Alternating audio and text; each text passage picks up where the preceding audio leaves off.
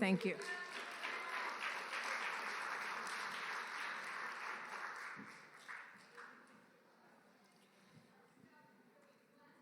You ever have an annoying sponsee?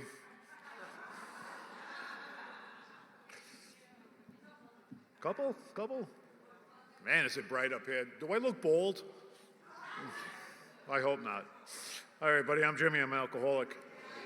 Grateful to be alive. And Roger, I got to bring this down.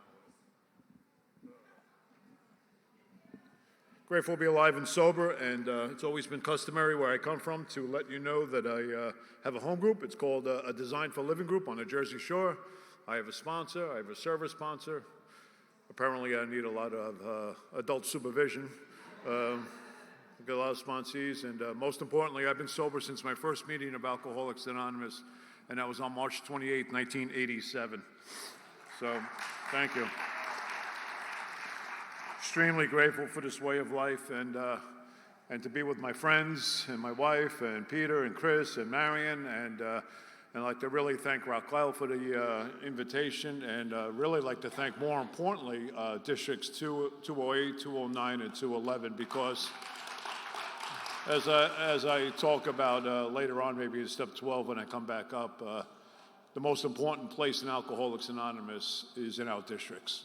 That's ground zero, and that's what I believe. This is where we carry the message to the alcoholic who still suffers. And, we get involved in going to treatment centers and detoxes and jails, and we go out to see the doctors and the priest and, all that stuff. So that's really important, because right now, I can tell you I know right now, there's somebody in Syosset, New York, sucking on a bottle of whiskey right now, not knowing that there's a bunch of people in here that have a solution to his or her problem. So, so I know how important that is. I never spoke on a topic like this before in my life, believe it or not, in 37 years of sobriety. I mean, yes, we talk about prayers, but to put it into a context where we talk about it, I guess that's I'm still hooked up on Chris's LSD story, so somebody yell out to me later on, Jimmy, LSD, because I want to tell you a story too about that, and I don't want to forget that, because it was really a great day. But anyway, so my plan here is to tell you a little bit about me, and then I want to share a real life experience with an inventory, because I am talking about 4 and 5, a real life experience that happened to me where prayers really became important. But more importantly, I wish there was a word between prayer and promise, and that's action. Because as we know, faith without works is dead, but prayer without action is dead also. I could pray to the high heaven to be an honest guy, but unless I really practice that behavior or that trait, chances are I won't be an honest guy. So I grew up not too far from here, Jersey City, New Jersey. I grew up in a very blue-collar neighborhood. I grew up I'm 66 years old. I grew up in a time when, it was just a really tough neighborhood. I was born perfect. I was quickly handed over to these 2 character defects called mom and dad. I mean, I make a joke out of that, because the truth of the matter is nothing's my fault, right? I got to blame somebody for the way I feel, and obviously my parents were the first ones out of the gate. And, all my parents ever really tried to do for me was, give me morals, values, good education. And basically what I did was I rolled all that goodness up into a ball, and I stuffed it right down their throats, and I introduced my parents to a way of life that they never even knew existed, and growing up, when I grew up, in this neighborhood, like the only requirement for membership in the neighborhood was 5 or more kids. I mean, so there was always something going on, there was always a party, there was always a birthday, christening, graduation, you name it, it was going on. And the thing that was at every event everything that was going on in the neighborhood, everything that was going on was King Alcohol, right? And we hear this term quite often, is that alcoholism is a disease of perception. And, as a young kid, 6, 7, 8 years old, the way I looked at alcohol is I equated alcohol to fun, right? I look at my old man, I look at my brothers, I look at the neighbors. It seems like they, wearing life like a loose garment. They seem to be having a good time, partying, having fun, laughs, jokes, all that kind of stuff. You know, I equate alcoholism or alcohol to freedom. It just seems like everyone just let everything down, right? There was no stress, there was no pressure. We're gathered together, we're drinking, we're having a good old day, you know. But I'm growing up in this house, and I got this guy called Dad. Cunning, baffling, powerful. Peter says that all the time. But we have the same father, out of the same mold, out of that same generation. My dad would have been 98 years old, you know. My dad never sat me down and talked about what he felt like. He never talked about emotions, and we never had a fireside chat. We never talked about the birds and the bees. My dad was a great provider, but he was a lunatic. And I don't say that despairingly. I just say that because my dad was a guy that was just wound up tight. You know, he was a World War vet. He had probably PTSD if we looked at it today. He was an angry guy, very angry guy, you know. But I would watch the magic that has happened to everyone in this room. He took that first drink. You know, and every night at 5 o'clock, my mom would make these two things called martinis and Manhattans. And, you know, my dad would take that first drink, and he became a different guy. He became a guy that, you know, had a few jokes. He became a guy that wanted to have a catch in the backyard. He just became a different person like many of us. But don't let me fool you. There were those days. And those days looked something like this. My old man would take that first drink, and all of a sudden the plates would be flying across the kitchen chairs would be flying across the kitchen, you know. If you grabbed one of us young kids, we'd be flying across the kitchen, you know. So a lot of nights or a lot of days at 5 o'clock in my house, me and my two brothers and two sisters would be under the covers waiting for the tornado to blow through the house. And then we would come out. What's the matter here, Mom? The wind stopped blowing. We wouldn't talk about anything. We'd walk out in that living room, we'd walk out in that kitchen, and nothing was ever discussed in my home. Now, none of that makes me alcoholic. It makes me a kid that grows up with a tremendous amount of fear. Fear of loud noises, fear of people yelling, fear of banging doors, fear of violence, fear, the evil and corroding thread. I'm a guy that grows up with a tremendous amount of insecurity about myself, inadequacies about myself. It's a common theme, I think, from every podium I've ever heard someone speak from. You know, what I am is not good enough, right? And where this comes from, I have no idea. I think that's one of the components of just alcoholism. Because as we know, alcoholism doesn't come in a bottle. It comes in my mind, and my mind is filled with a lot of delusions about a lot of things. And one of the delusions is I'm not good enough. And it's everyone else's fault why I'm not good enough.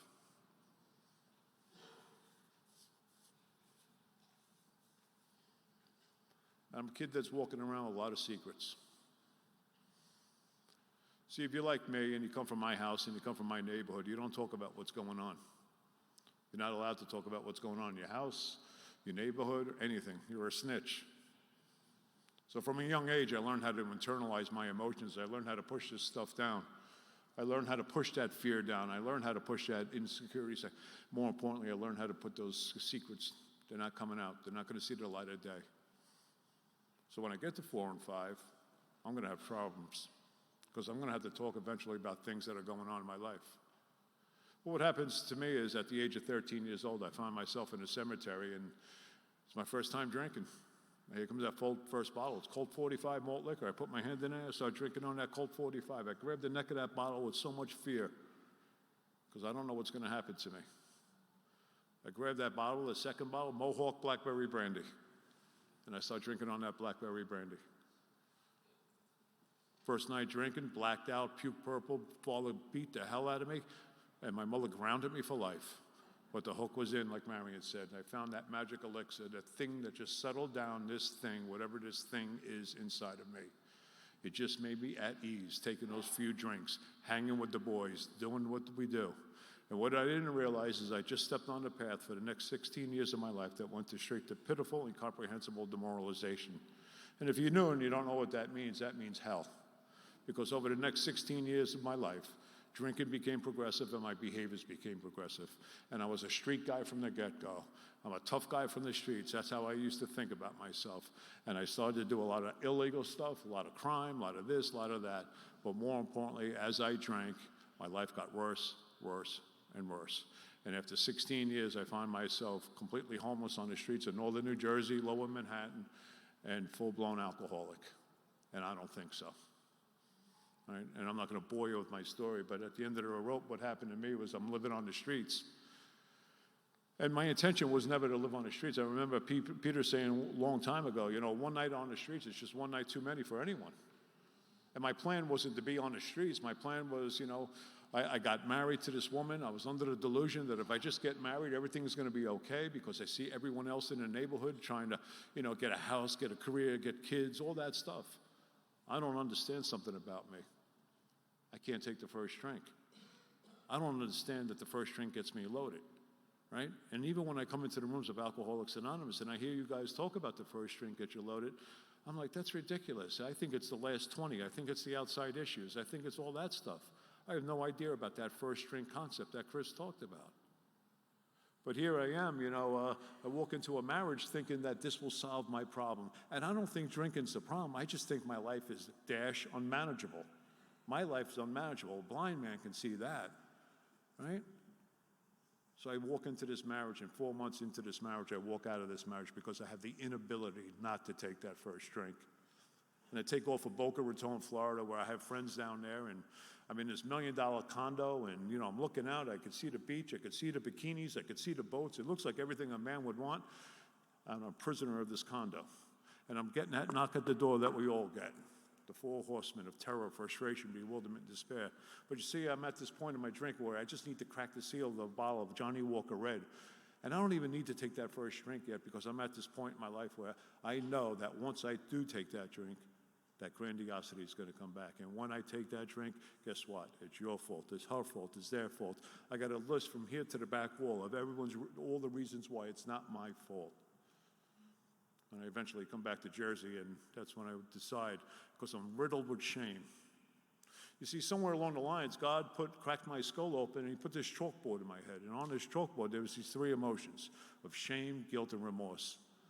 And it seems to me everything I've done up to my life, I'm 29 years old, it has been shame-based. The shame of not being a good, shame of failing out of college, shame of walking out of marriage, shame, shame, shame, shame, shame. Most alcoholics have shame-based identities.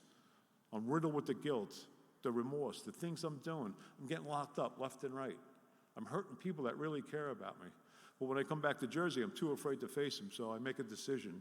And the decision, again, was just to stay out on the streets for a couple of nights. Little did I know that 1 month would pass, 2 months would pass, 6 months would pass, and before you know it, it's about 18, 19 months I'm still living on the streets, doing all the deplorable things we do when we're on the streets. Incomprehensible demoralization. Pitiful. Panhandling, stealing, doing all the things we do. Selling my blood, everything for a drink. What happens to me is I walk into a bar, and I see this old guy that I know from the neighborhood. He goes, "Hey, Jimmy, they're hiring guys like you." Newark Airport. Go to Newark Airport, they're hiring guys like you. Finally, I always wanted to be a pilot, but I didn't know I really didn't know it was that easy. I mean, just live on the streets and go to the airport. But back in the day, there was an airline called People's Express, and they'd hire guys like us. And the idea of the job was to take the luggage that's over there and hopefully get it on the plane over there. I segue here, and I'll just let you know that if anyone in here has flew through Newark Airport in the 80s and you're still waiting for your luggage, I can make amends after this talk. The interview process was like this. Hey, can you lift the suitcase? Yeah, okay, you're hired. I mean, they were desperate back then. And me and 2 guys, we robbed a car the next day, and we went out to Newark Airport. All 3 of us are sober over 37 years now. It's a miracle. It's a promise. Thank you. And we went into Newark Airport, and you could just imagine the amount of people and everything going on, the hustle and bustle of that. And we walk in this room. I'm living on the streets. They didn't care. It's kind of crazy when I think back of that. And the guy goes, "Just go sit outside." And I sit down in a chair like this, and for years I could never tell you how I felt until I came into the rooms of Alcoholics Anonymous and eventually opened up that blue book and turned to page 8 when Bill tells about his first step experience.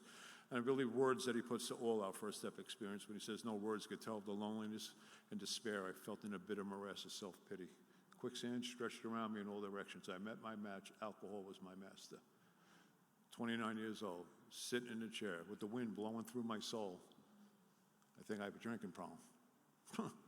Wait till last to find out all the time. When all of a sudden a complete stranger sat right next to me.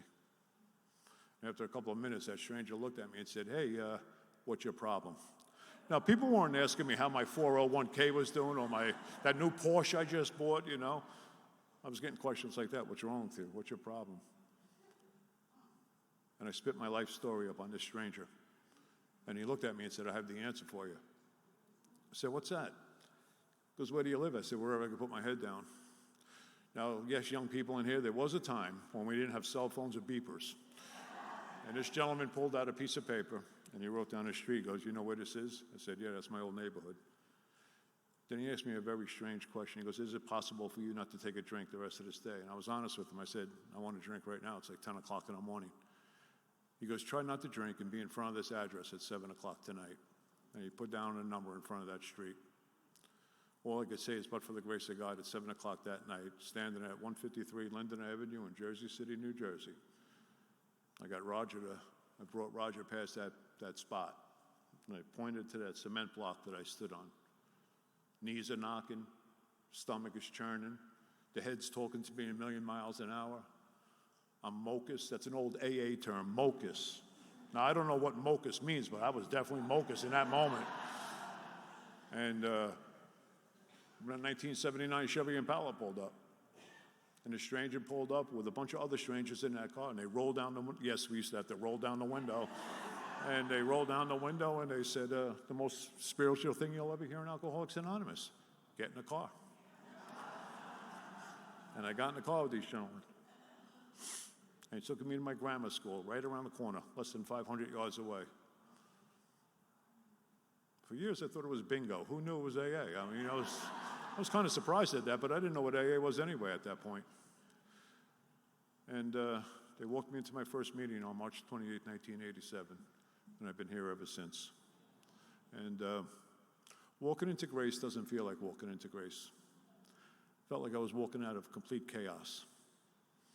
I had no idea what was going to happen to me. I didn't understand the enormity of what we do in here. You know, all I know is these guys said, "Come," and I followed. God was directing that whole play, and I didn't even see it in the moment. And I'll never forget walking down those stairs, and I was having all these thoughts of grammar school. I don't know why. Probably because in grammar school, I did have goals, dreams, and aspirations like everyone in this room right now. I wanted to be somebody. I wanted to do something. I didn't want to be a union worker like everyone else, even though I became a union worker. I wanted something. And though I don't know what that is, I wanted it. But at the age of 13, my parents did something to me that really changed the course of my life. And I think we all have that in our life. There's a moment, whether it's a big deal or a little deal. Maybe this is a little deal. But my parents took me out of the public school system where I felt secure, where I felt okay, where I had friends, where we played ball in the courtyard. We did all those things. And they wanted something better for me, but I didn't see it that way. They put me into a Catholic school system on the other side of town where I knew nobody. And to talk about a square peg in a round hole, you know, I go in there and I don't know no one. And this insecurity, this fear, everything I felt when I was 6, 7, 8 years old is... And then I meet another cunning, baffling, powerful person. We call them nuns in the Catholic schools. And, you know, they're a breed of their own, you know, back then anyway. So, you know, I'm walking past that cafeteria and I can remember. I'm 13 years old and I'm drinking already. 13 years old. I remember walking down the end of that hall and I could smell coffee in the air. That's being very generous. You have to be old to let you know what I'm going to tell you right now. Back in the AA world, back in those days, we used to drink a thing called Sanka. Oh, we got some Sanka drink? Yeah, that was something the astronauts drank on the moon with Tang. But for the sake of the story, it was coffee. And that's when I met the most important person in Alcoholics Anonymous. We call him the greeter. And that gentleman put his hand out to me, and I grabbed that flimsy reed, and he pulled me into you. And today I know that was the loving and powerful hand of God. And my journey starts in Alcoholics Anonymous. And I'm not going to go through all that, but you know what? I got back with that life I walked out on. We had two little AA kids, I call them. They're now 34, 31 years old.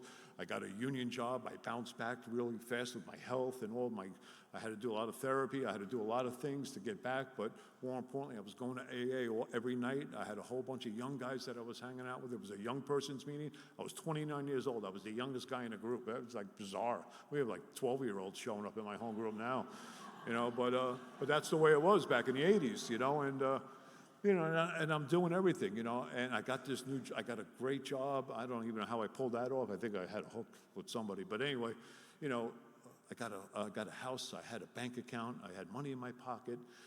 And to the untrained eye, it looks like normal living is the solution to alcoholism. But at 5 years without a drink, I got a rope. I just need a bridge to jump off. Because I'm dying in the rooms of Alcoholics Anonymous, dying from something. I don't even know what it is. I don't even understand what it is. It's untreated alcoholism. Living under the delusion that abstinence is the solution to a spiritual malady. That if I just don't drink, I'm going to be okay. Now, God bless those guys I got around with in the beginning.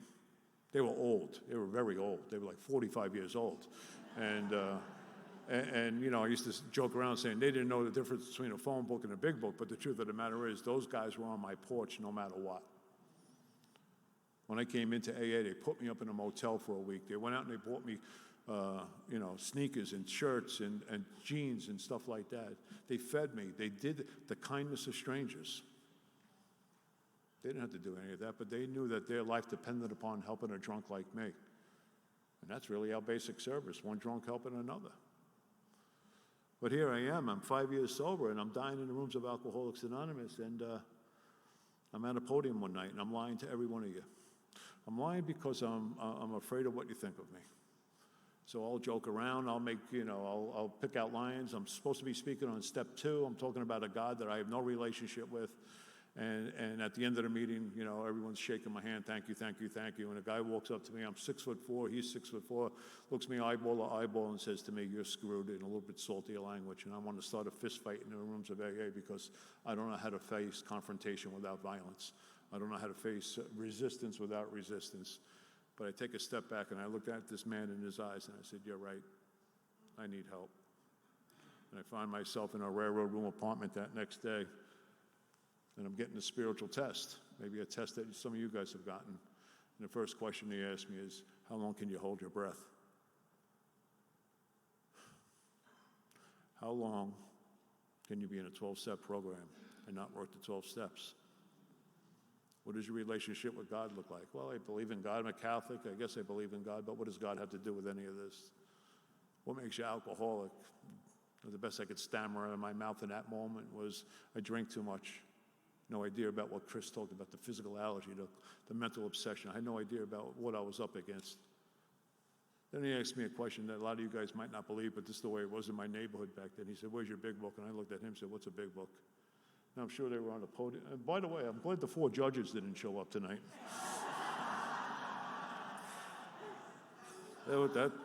That's not a good thing when they do. Might be in here, but I don't know about that. But we didn't read the book back then. It wasn't until Joe and Charlie came through the Northeast in Harlem, New York, specifically in 1991. And everybody got lathered up and crazy, and off we go with using a book as a weapon sometimes. But that's we all get in that militant stage. I did. I know I did. So what happens to me is I'm sitting with this guy, and he's talking to me about the 2 goals of Alcoholics Anonymous that he believed in at the time. Kind of 2 goals that I believe in today. First goal is this, the obvious one. Don't pick up the first drink. But the second goal is the goal we all want to attain, and that's to step into the sunlight of the Spirit. That place out there. You look out the window, it's a beautiful sunny day, but if I took all these chairs and I put them against the door, we would have to take actions to get outside, right? And what is that place, the sunlight of the Spirit, right? A place where the bondage of self gets removed, a place where there's freedom, a place where we experience all the promises that are in our literature. Bill Wilson calls it utopia, a perfect place. But in order to get out there, I got to walk through the darkness of my life to get there. My sponsor likes to say today, can't grow spiritually and avoid your problems. You got to face your problems. I have a lot of problems. I have a real lot of problems. You see, I'm 5 years sober in Alcoholics Anonymous, but I still got that 8-year-old fear and insecurities, and more importantly, I got secrets. I got things going on inside of me that I am not telling you. And I live by the code of the street. Tough guys don't talk about how they feel. Real men are strong. I mean, I got so many old ideas about what a man is, and they're all a lie. But I believe them in this moment. And so what he tells me is, Jimmy, in order to get out there, we got to go through this stuff. And like I sit at my kitchen table at my home on Jersey Shore, I got this glass door at the end of my hallway, and I tell every guy I've ever sponsored, there's the goal line. All we need to do is walk into the darkness of your life and to uncover, discover, and discard the things that are blocking you from God and blocking you from each other. Next Wednesday, if you do read Daily Reflections, pay attention to what the reading says. Because to me, it's one of the most important readings we have in Alcoholics Anonymous. And on May 1st, it's going to talk about healing the heart and the mind. And there's a line in here that I read 1,001 times. I should know it by now, but I think God just wants me to continue to read it off this piece of paper. But it says, it's a side of myself that I refuse to look at that rules me. I must be willing to look at the dark side in order to heal my mind and my heart, because that's the road to freedom. I must walk into darkness to find the light, and walk into fear to find peace. The way the old timers used to say that was like this. AA is like a big bonfire. A lot of people are walking around the fire, but eventually the fire is going to go out. But if you really want to grow, if you really want an experience with God, if you really want to be free and to step out into the sunlight of the Spirit, you got to walk through the fire and get your ass burnt and feel the uncomfortability of change.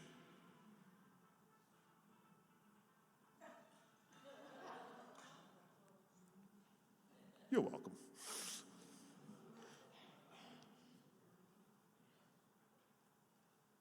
One thing I can't do for anyone in this room right now. None of you could do it for me, and none of you could do it for each other. And that's put willingness inside you. Willingness is an inside job. And what makes us willing? Circumstances. Being sick and tired of being sick and tired. Or as my good friend Ralph likes to say, a good whooped ass. And I was willing to go in.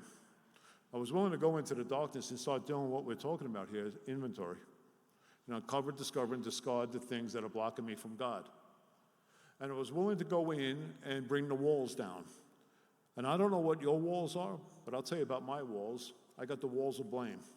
It's everyone's fault for the way I feel. I got the walls of alibi and excuses, right? I got the walls of anger and rage and fear and remorse and guilt and shame, and we got 1,001 adjectives that Bill puts in the literature. I'm restless, I'm irritable, I'm discontent, but I'm willing to go in and take a look because I'm dying in the rooms of Alcoholics Anonymous without a drink in my system. And the first time I went through the book, I sat with this guy, Bill Grace, from St. Paul, Minnesota, the same place my sponsor comes from today, ironically. And he's talking about these 2 goals, but what he did on this particular day, overlooking Manhattan from the Jersey side, right on the Hudson River, is he painted me into a corner so far that I had no choice but to take one of those 2 alternatives, spiritual life, spiritual death. And I was willing to try this spiritual life, even though I don't understand what this is all about. So that decision that we make in the 3rd step, a decision to what? Work the rest of the steps? What? A decision to turn my will and my life over to the care of God? I like to say it's a decision to walk into the darkness, to look at these things that I've never looked at and to share these things with another man, and to do something I thought was a weakness in the rooms of Alcoholics Anonymous, or more importantly, a weakness on the streets. I had to become vulnerable. Little did I know that strength in disguise. Because when I let another man into my life, I was able to talk to this guy on a level that I've never talked to any man in my life at the age of 29 years old. At this point, what am I saying, 32 years old. I'm still walking around with this. Old-timers used to say that alcoholism is nothing more than a soul sickness caused by a separation from God and a disconnect from each other. I got so much blockage here. The channel is not clear. I got to get this inventory done. And I go through this inventory and my life gets unbelievable. I start to look at things I never looked at before. I start to share this stuff. I had the most powerful experience in my first original fifth step. I've done many since, but that first original fifth step. And I'll talk about that in a little bit. But I'm going to tell you about in this time, because I do want to get to the prayers and the promises, because I took the effort to look up the prayers and the promises. We were like, the three of us, like kindergarten, like, what are we doing? Like, but this is the route I'm going. So, and I asked my wife permission on this one, which is very important, my wife, Mary Beth. Because I'm going to talk about a thing that happened in my life sober. And it's embarrassing, it's shameful, it's, let me just tell you about it. So I get back with this wife, and and we have this life, and the outside looking in, it looks like a great life. But you see, like that water right there, we live on the beach down in Jersey, on the shore. I could take my boat on that water, face it east, see the sun rise every day, you can see the curvature of the earth, right? It's one of the most spectacular things you'll ever see in your life, the sunrise. But what I don't notice, because I'm looking that way, is that I'm drifting. I'm drifting from town to town to town. And we do exactly the same thing in our recovery sometimes when we're not paying attention. And I wasn't paying attention. And all of a sudden, I fell for the biggest trap that we have in the rooms of Alcoholics Anonymous. I fell prey to comfortability. All of a sudden, overtime became more important. Being a baseball coach, being a basketball coach, nothing wrong with that stuff. It just overcame my primary purpose. And little by little, I was drifting in the rooms of Alcoholics Anonymous. Aren't we the last ones always to see that? Starting to have problems at home.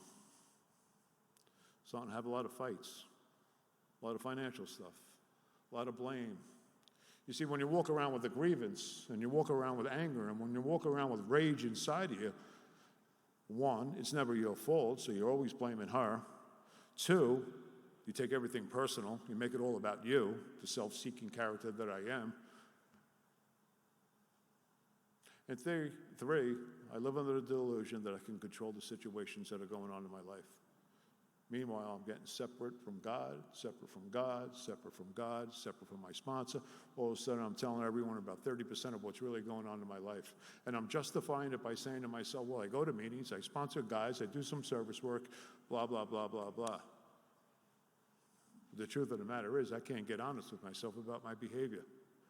And what happens is I walk into the arms of a woman in A who understands. I'm 10 years sober at this point. This is 27 years ago. That's a long time ago. It's a quarter of a century ago. And I started an affair with this woman. July 8th is my son's birthday. July 9th is my daughter's birthday. July 10th, the cops took me out of the house, 10 years sober, because I'm a lunatic. I have become my father. I'm filled with rage, I'm filled with anger, I'm filled with all this stuff. And I'm in this relationship with this woman, and I'm living a double life that we read about now, fifth step. And what I can tell you is over the next 3 years of my life, I just got angrier and angrier and angrier because I had to protect, one, my ego and my pride and my reputation. I started to live this double life. I lied to my sponsor all the time, told him about 20% of what was going on. Wasn't honest with you. Walk into me, Jimmy, how you doing? Oh, everything's great as the veins are about to pop out of my neck. It's a terrible way to live in the rooms of Alcoholics Anonymous, this double life. And at 13 years sober, I threatened her. And she called 911. I didn't know they show up no matter what. And I get hauled off, 13 years sober, filled with rage, filled with anger. And what happens to me is I walk in a bar one night, 13 years sober.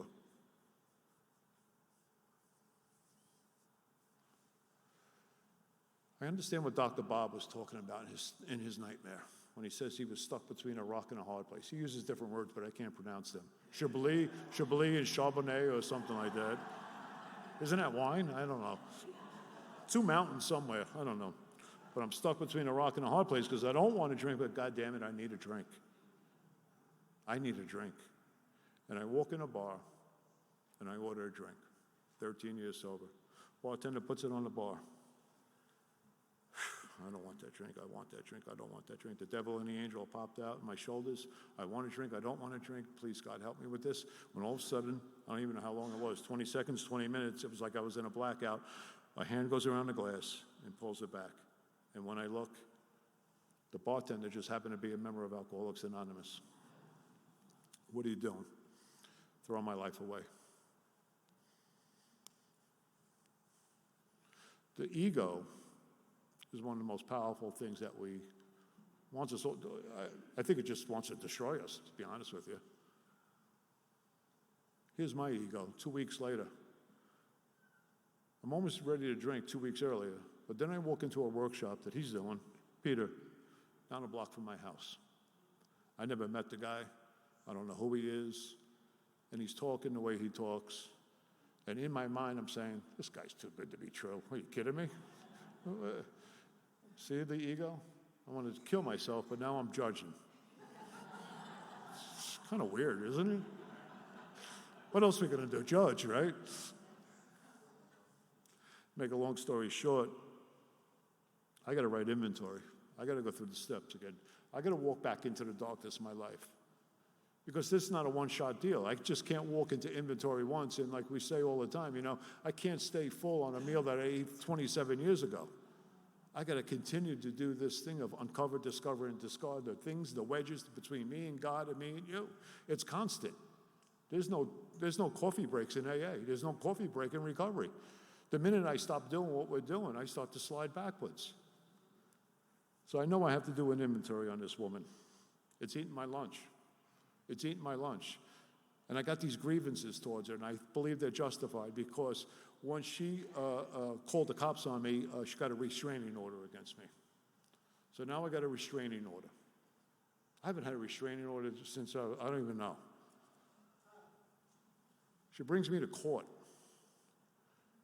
And I'm in the courtroom in Jersey, and I'm looking down a hall, and I'm with a couple of guys that came with me, and I see her talking to her lawyer. I didn't have a lawyer. I'm thinking in my mind, okay, I learned my lesson. My anger got the best of me.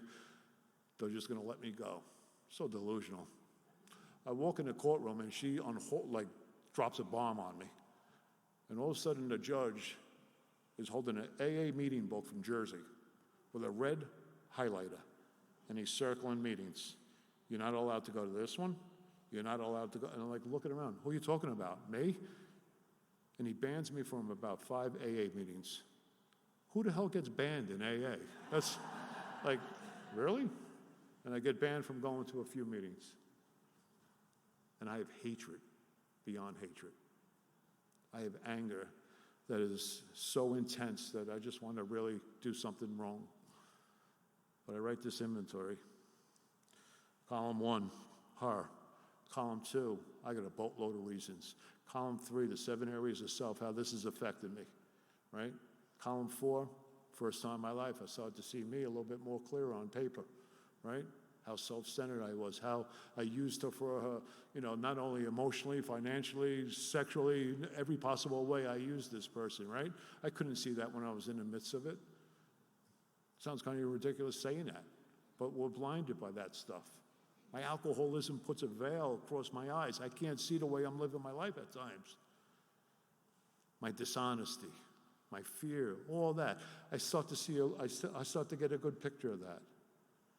And then I'm asked to bring that into prayer and to pray for that person. And one of the first steps in here, or one of the first prayers in here, is we ask God to help us show him the same tolerance, pity, and patience that we would cheerfully grant a sick friend. When a person is offended, we say to ourselves, this is a sick man or woman. How can I be helpful to him? God, save me from being angry. Thy will be done. I wish I could just say I clicked my heels and that was good. It wasn't. Whenever I saw someone that looked like her, sounded like her, saw commercials that reminded me of her, read a paper I was right back into full-blown anger. So it was suggested to me that maybe, just maybe, go into Gwen Law's story. If you don't know who Gwen Law is, it's back of the book, Freedom from Bondage, a woman from California.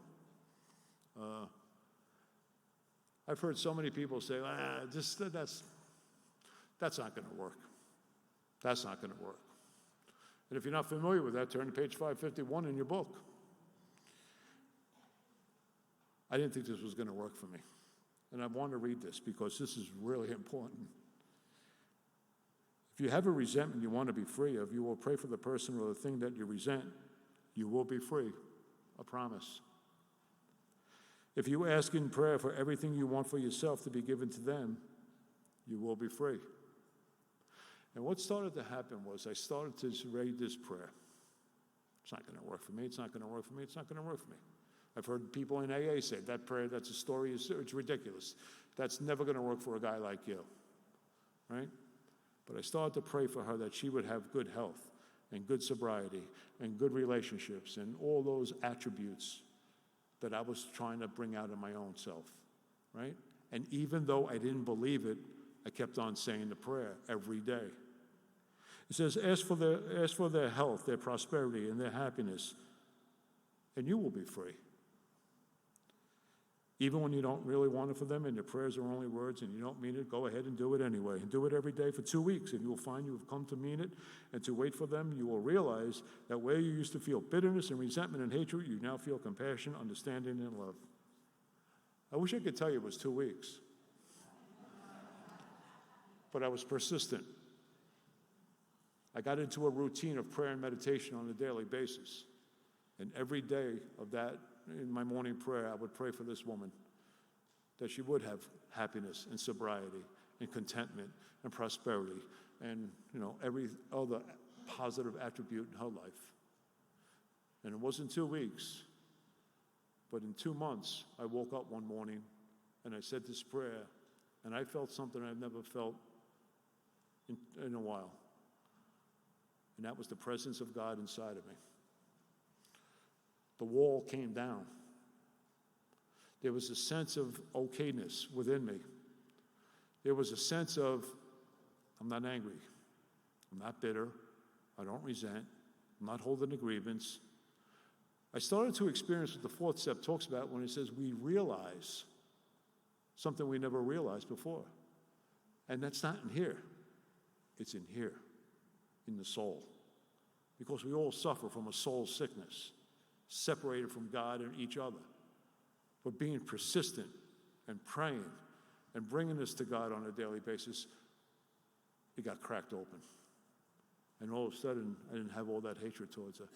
What I realized that she did something that she needed to do for herself, and that's protect herself from a guy like me. And see, when I'm in a deep resentment, when I have a grievance, when I have anger, I can't see the other person's mistakes, faults, wrongs. I took everything personal because when you're angry, that's what we do. That's what I do. And all of a sudden, I became willing to try to clean this up. And as inventory was written, as I shared it with my sponsor, there was a sense of freedom. I was taking that step towards the sunlight of the Spirit on this resentment. One of the great lines we have is at the end of We Agnostics, when we disclose ourselves to Him, or I can't remember the line now. Exactly, whoever said that. The closer I get to God, the more I see. And as I started to uncover, discover, and get the stuff that was blocking me from a real higher power in my life, I was starting to feel that freedom that we feel. The promises were coming. And what are those problems? We have begun to learn tolerance, patience, and goodwill towards all men and women, even our enemies. For we look at them as sick people. And not sick in the sense of sick with whatever kind of cancer or anything like that. But aren't we all emotionally sick at times? Aren't we all disconnected from God at times? Aren't we all judgmental at times and gossip at times and all those character defects? Why? Because I live under the delusion or the illusion that my character defects have value. I think anger works for a guy like me sometimes. Because I know that if I get angry enough, I could push my wife away. But see, we're all manipulative in one way or another. I know that I could use my anger to pull her in and give me what I want. Self-seeking behavior. And I started to see the light with that. I wrote a fear inventory. Fear revolves around three things. not getting what I want. What did I want in this relationship? I wanted security. I wanted emotional security. I wanted physical security, sexual. I wanted financial security. And the fear of losing all that, because you see, walking out on a family like I did, walking out on an 8-year-old and a 5-year-old on July 10th, when they looked at me and said, "Dad, where you going?" and never to go back into that house again. I have morals, I have values, and I easily tossed all that to the side for something that's out there that I think is going to fix this thing inside here. I pushed my kids across the bar for a spree. I pushed my marriage across the bar for a spree. And I didn't take one drink of liquor. So is alcoholism in a bottle, or is it in my mind?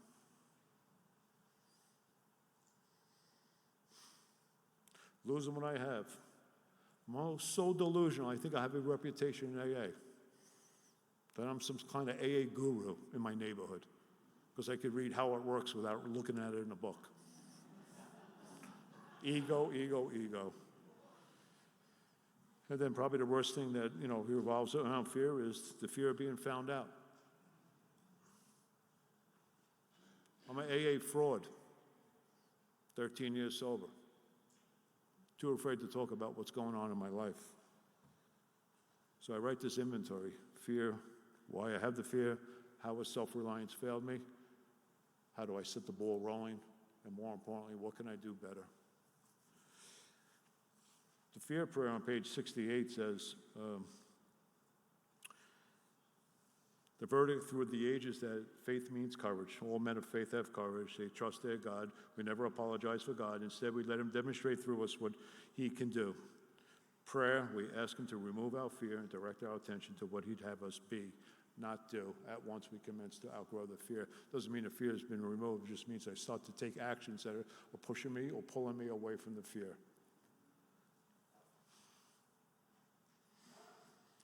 I'm a reactor to fear.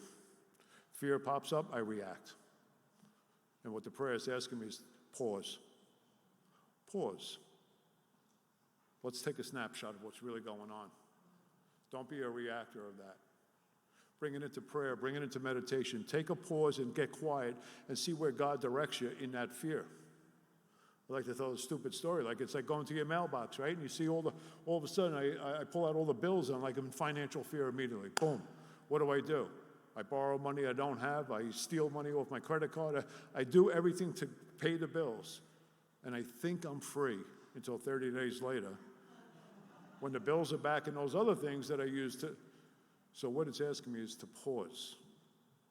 Bring it to prayer, bring it to meditation, bring it to conversation with sponsors and friends and the network of people that are around your life. And get present. Because when I'm in fear, I am not present to the moment. I'm always in tomorrow. Heard a great story a long time ago about God in a box. Everyone know what God in a box is? Take a calendar. Each day's a box on the calendar. Today's what? I don't even know. Saturday, I think. When you're retired, you don't even care what today is. Every day is Saturday when you're retired. April 28th, I think. 27th. Worst invention ever, this Apple Watch, but that's another story altogether. April 27th. Present to this moment. Present with you, present with my friends, present with God. But I got a mind that wants to go on trips. And going out to California next week, so let me go into Wednesday about the flight. Let me start thinking about that flight. I'm a golfer, so I'm playing at Torrey Pines on Friday. Let me start thinking about that. Then we're doing this workshop on Saturday like this, and before you know it, I'm out of April 27th. But what the free prayer is saying, Jim, or God is really saying, Jim, I gave you free will, so just enjoy your trip. But when you really want me and need me, come back to April 27th, because that's where I'm at in this present moment. And that's why we meditate, and that's why we pray, is to get present to the only moment we'll ever have, right now, and now, and now. Now that sounds very simple and simplistic. The truth of the matter is one of the hardest things I ever had to do. And take the time to meditate and take the time to look at the things that are in my inventory and get present with that stuff and not allow those fears to take me out of today. And then again, sexual harms, and we got 9 questions, and to write out that ideal, more prayer, more promises. Eventually I wrote we've been married 20 years. I went through the inventory again at some point, and again, taking the actions. What are the actions? I gotta, what is that ideal? What is that sexual relationship ideal that we have, right? I'm very clear on the 9 questions. I answer all the 9 questions. It looks like the guy that had his first girlfriend is the same guy 20 years later who's shown up in a marriage. Dishonest, selfish, all those character defects, right? So I gotta write an ideal. I gotta put it into prayer form. And I wrote it really for my wife. And as I inventory my relationships in the past, today, and in the future, I have found that I have fallen short. I pray for the strength to practice my kindness. Now, again, I'm really bringing up her attributes that make me attracted to my wife. And one of the most important attributes that she has is she's the kindest person I've ever met. And I'm a savage from the street. I don't even know how to say thank you and be polite. But she taught me how to do that.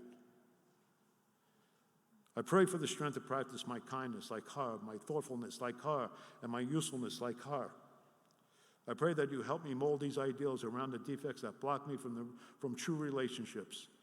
Father, help me to see the truth in all my relationships, especially my wife.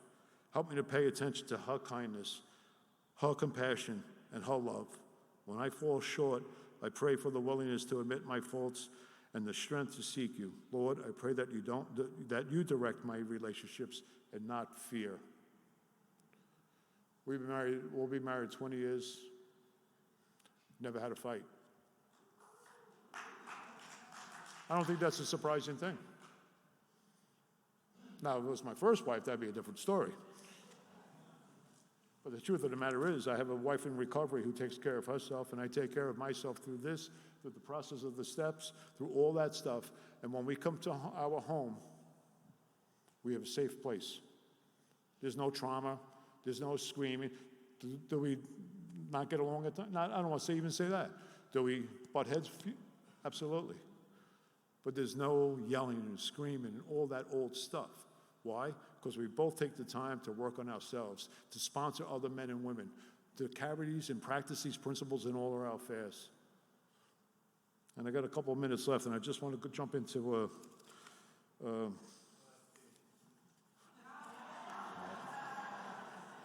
right, I'll tell that real quick. Can I, what time's lunch? 12:30? Oh, I got 5 minutes. All right, thank you, Chris, for this.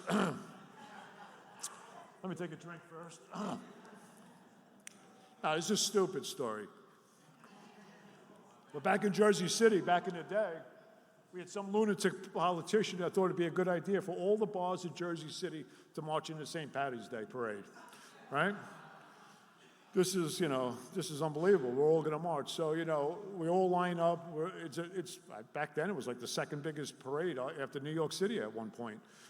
So, you have everyone lined up. You got the bands, the politicians, the Girl Scouts, the Boy Scouts, all the civic community groups and all that kind of stuff. And at the end, they put all the bars. And we're just back then drinking and driving, right? We all have our trunks open, coolers. We're drinking. Every bar had to pick a flag bearer to carry the bar flag. Now, think Olympics, just like the Olympics. So they come to me in the bar and they say, Jimmy, we want you to be the flag bearer for this bar that I hung out in. This is like hitting lotto, right? This is the greatest thing that could ever happen, being a flag bearer. So I make a decision this day. Looking back, it wasn't a very good decision, but I go down to my father's basement, under that stairwell, under spider webs, and I find a can of Kelly Green lead-based paint, and I paint myself head to toe Kelly Green. Now, this is the kind of paint that you will paint the foundation of a building, right? Second thing I do, and again, I have total respect for singleness of purpose, but I drop a hit of acid. Yeah, that is weird. Well, so let me just paint the picture for you. Big parade, walking down Kennedy Boulevard in Jersey City. I got the flag. I'm green from head to toe. I had hair back then. It looked like my finger was in an electric socket. It's straight up. I'm drunk, I'm tripping, and I'm having the greatest day of my life. Get back to the bar. Some Irish lady comes up to me, got the brogue. She goes, Jimmy, you must be so proud of your county. And I think she's talking about one of the counties in Jersey. I said, what are you talking about? I'm from Hudson County. She meant Ireland. So then she says to me, Jimmy, I'm so proud, you must be so proud of your heritage. And I looked at her and I said, what are you talking about? I'm Polish and Hungarian. Now, I tell that story for a reason, because aren't we all chameleons?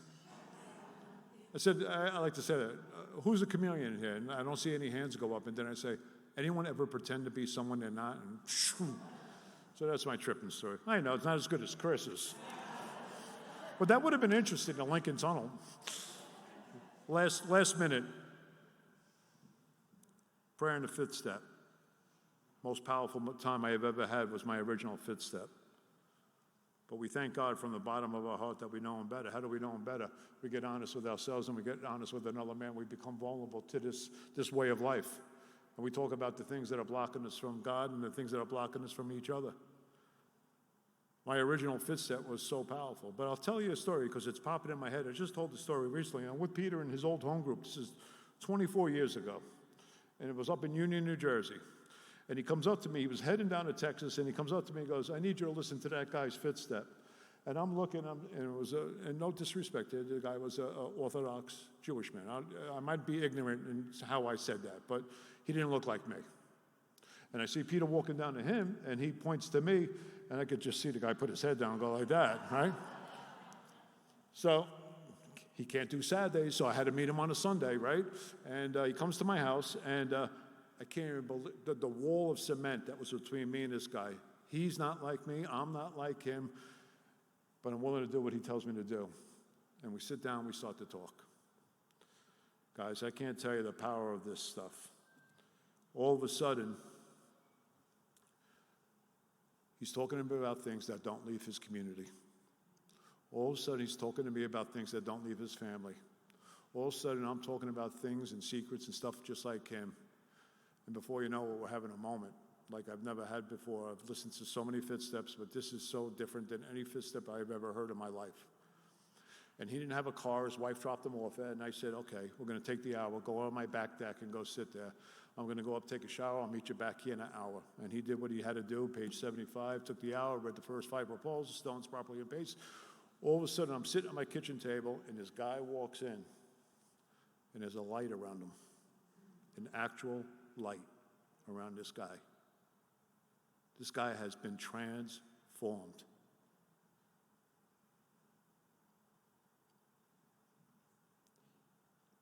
I'm starting to have a spiritual experience on his fifth step. I can't believe I see what's in front of me. Most powerful thing that has ever happened to me in a fifth step. Years later, I'm speaking at the Atlantic Group over in New York City. I'm walking down the middle of the thing, and all of a sudden, some guy jumps on my back. Looked like I just robbed a jewelry store. It's a Jewish guy. I'm like, what are you? The light was in. And that's what we're talking about here. The light was inside of me. The light was inside of him. But as quick and as easy as it is to step out into the sunlight of the Spirit, that light can get extinguished. Because about 6 months ago, I'm speaking at a meeting somewhere, and I see a guy shuffle in with a woman. And he sits like right over there. End of the meeting, he comes out to me, he goes, do you remember me? I said, you look familiar. He goes, and he told me his name, and I knew immediately. I got 2 days back, I'm dying. So why do we do a fourth step? Why do we do a fifth step? Why do we do all the steps? It's to stay in the sunlight of the Spirit. And with prayer and meditation and action, these promises come true. We pocket our pride and go to it, illuminating every twisted character, every dark cranny of the past. Once we have taken this step, withholding nothing, we are delighted. We can look the world in the eye. We can be alone in perfect peace and ease. Our fears fall from us. We begin to feel the nearness of our Creator. We may have had certain spiritual beliefs, but now we begin to have a spiritual experience. The feeling that the drink problem has disappeared will often come strongly. We feel we are on the broad highway walking hand in hand with the spirit of the universe. What a deal. Thank you.